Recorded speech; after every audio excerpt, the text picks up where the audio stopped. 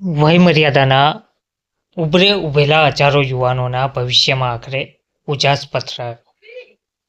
TET pass હોય તેવા તમામ ઉમેદવારોને મળશે નોકરી. એટલે કે ટેટ પાસ તમામ ઉમેદવારોને શિક્ષક બનવાનું જે સપનું હતું તે હવે પૂર્ણ થવાના આરે છે.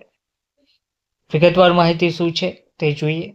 નમસ્કાર મિત્રો, સ્વાગત છે તમારું અમારી યુટ્યુબ ચેનલમાં. મિત્રો, ભાસ્કરના અહેવાલથી તંત્ર જાગ્યું છે.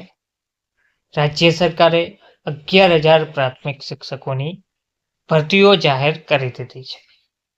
વયમર્યાદાના ઉભરે ઉભેલા હજારો યુવાનોના ભવિષ્યમાં આખરે ઉજાસ પથરાયો છે. 31 માર્ચની ડેડલાઇન પહેલા નોટિફિકેશન બહાર પડતા 3,500 ઉમેદવારો ભરતીમાંથી બહાર થતા બચ્યા છે. વયમર્યાદાના કારણે અંધકારમય ભવિષ્યનો ડર ટળ્યો છે.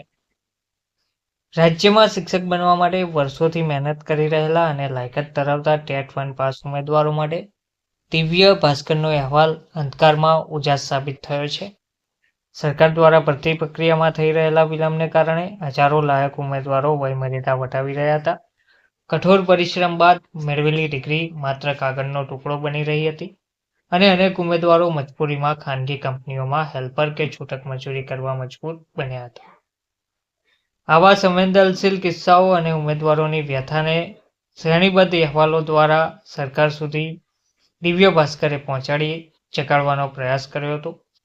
અહેવાલમાં સ્પષ્ટ કહ્યું હતું કે જો 31 માર્ચ સુધીમાં ભરતી જાહેર નહીં થાય તો વધુ 3500 જેટલા ઉમેદવારો વયમર્યાદાને કારણે કાયમ માટે ભરતી પ્રક્રિયામાં બાકાત થઈ જશે. આ ધારદાર રજૂઆતના પરિણામે સરકારે 31 માર્ચના અંતિમ દિવસે જ 11,000 પ્રાથમિક શિક્ષકોની ભરતીનું નોટિફિકેશન બહાર પાડ્યું છે. આ નિર્ણયથી ટેટ 1 પાસ હજારો યુવાનોમાં ઉત્સાહ દેખવામાં આવી રહ્યો છે, ઉત્સાહ રેલાયો છે. હવે ડિગ્રી કાગળ ઉપર બનતા બચી ગઈ છે. મજૂરી કરવા મજબૂર ટેટ 1 પાસ ઉમેદવારોએ દિવ્ય ભાસ્કરને પત્ર લખી આભાર માન્યો છે. ભાસ્કરે તેમની વેદનાને વાચા આપી છે તેવું પત્રમાં જણાવ્યું છે. ભાવુક પત્ર ભાસ્કરે યુવાનોના જીવનમાં પ્રકાશ પાથર્યો છે.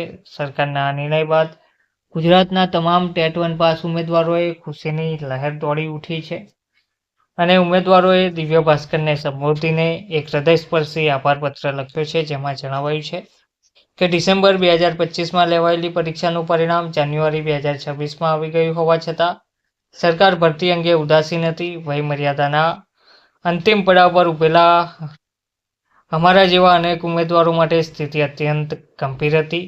આથી વિકટ પરિસ્થિતિમાં ભાસ્કરની ટીમે અમારી વ્યારે આવી સરકાર સમક્ષ અસરકારક રજૂઆત કરી. આજે ભરતીનું નોટિફિકેશન આવતા હજારો યુવાનોના જીવનમાં અંધકાર દૂર થયો છે. હવે દિવ્ય ભાસ્કરને અમે દિલથી આભાર માનીએ છીએ. ગુજરાતના તમામ ટેટ 1 પાસ ઉમેદવારો દ્વારા આ પત્ર લખવામાં આવી રહ્યો છે. 24 એપ્રિલ સુધી ઉમેદવારો ફોર્મ ભરી શકશે. રાજ્ય પ્રાથમિક શિક્ષણ પસંદગી સમિતિ દ્વારા ધોરણ 1 થી 5 ગુજરાતી માધ્યમ માટે કુલ 11,000 વિદ્યા સહાયકોની ભરતીની જાહેરાત કરવામાં આવી છે. લાયકાત ધરાવતા ઉમેદવારો તારીખ 15/4/2026ના રોજ સવારે 12 કલાકથી તારીખ 24/4/2026ના રોજ બપોરે 15 કલાક સુધી સત્તાવાર વેબસાઇટ https://dpegujarat.in પર ઓનલાઈન અરજી કરી શકશે. ધન્યવાદ.